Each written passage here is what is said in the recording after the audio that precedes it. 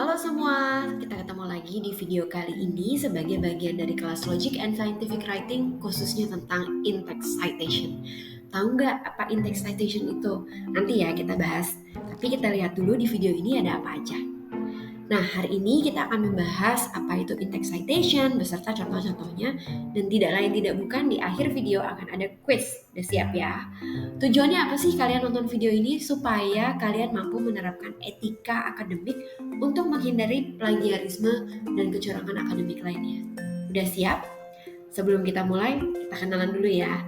Halo, nama saya Farah Jalal. Saya adalah salah satu dosen psikologi di BINUS.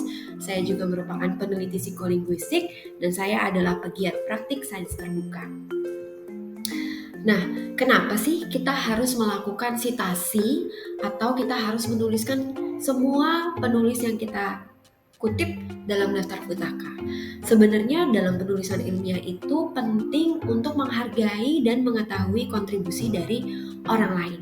Ketika kita mengutip, sebenarnya kita menuliskan ide yang diberikan oleh orang lain dalam tulisan kita. Nah, ide ini atau kontribusi ini harus dituliskan nama penulisnya. Dan kemudian di akhir penulisan kita harus membuat daftar pustaka. Supaya apa? Supaya pembaca, jika mereka ingin membaca lebih lengkap, mereka bisa melihat dari daftar pustaka sebenarnya jurnal apa sih? Atau sumber mana sih yang kita sebenarnya gunakan. Nah, in-text citation ini berbeda dengan daftar pustaka. In-text citation adalah ketika kita mengutip dan ini muncul dalam badan teks kita. Bisa juga sih muncul dalam tabel, dalam abstrak, atau dalam graf kita. Yang pasti, ini muncul dalam badan makalah kita, di mana kita mengidentifikasi ide atau orang lain atau penulis yang sebenarnya kita kutip dalam badan teks kita. Kira-kira begitu ya. Sebenarnya ada beberapa prinsip dasar ketika kita melakukan in-text citation atau mengutip dalam badan teks. Yang pertama, sudah pasti pastikan ada nama penulis dan tahun atau tanggal publikasinya. Kutip hanya sumber yang kalian baca. Nah, sertakan hanya kutipan yang diperlukan. Tidak perlu semua teks itu kamu kutip. Kalau enggak, nanti jadinya copy paste. Kalau bisa, kutip dari sumber primer. Kalau kamu mengambil dari sumber sekunder, ya boleh aja sih, tapi kalau bisa jangan banyak-banyak. Kenapa? Karena kan sebenarnya sumber yang langsung itu yang lebih pasti, betul nggak? Kemudian, kutip hanya menggunakan semua fakta dan angka yang kira-kira bukan merupakan pengetahuan umum. Gunanya apa? Sebenarnya adalah gunanya untuk menambah pengetahuan bagi si pembaca. Kalau kamu ragu apakah ini merupakan idemu atau bukan, tetap berikan kutipan. Lebih baik kelebihan daripada kekurangan, nanti kamu bisa dianggap plagiat. Nah, in-text citation sebenarnya ada dua jenis. Yang pertama adalah parenthetical atau dalam kurung, di mana nama penulis dan tahun publikasi itu dicantumkan di dalam tanda kurung. Yang kedua adalah naratif. Yang ini nama penulis dimasukkan ke dalam teks atau ke dalam kalimat dan tahunnya itu baru kemudian dituliskan dalam kurung. Bingung? Yuk kita lihat contohnya. Nah, sebelah kiri adalah contoh untuk kutipan parenthetical atau yang dalam kurung. Kamu bisa melihat bahwa kamu menuliskan kalimatnya dulu, kemudian baru nama penulis dan tahun publikasi di dalam kurung di akhir kalimat. Sedangkan yang sebelah kanan adalah contoh dari in-text citation yang bentuknya adalah narasi. Nama penulis merupakan bagian dari kalimat, kemudian tahun publikasi baru dituliskan dalam kurung. Begitu ya. Yuk sekarang kita lihat bagaimana jika jumlah penulisnya berbeda. Nah, ini adalah contoh jika penulisnya hanya satu orang. Kamu bisa lihat langsung menuliskan nama penulis kemudian tahun. Baik yang dalam kurung, dalam bentuk narasi, maupun dalam bentuk daftar pustaka. Gitu ya.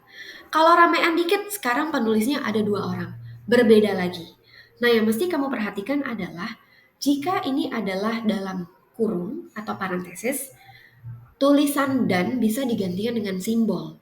Tapi ketika ini adalah sitasi dalam bentuk narasi, kamu tidak boleh menggunakan simbol, tapi kamu harus tulis dan atau N. Bisa dilihat ya.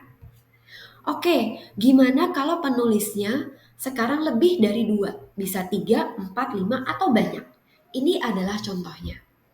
Kalau saya nih, kalau penulisnya masih ada 3 orang, saya akan tuliskan semua namanya. Tapi jika sudah lebih dari 3 orang, biasanya saya ganti menjadi at all. Atau dalam bahasa Indonesia bisa juga DKK. Tapi lebih baik pakai at all deh, karena itu lebih internasional. Gitu ya?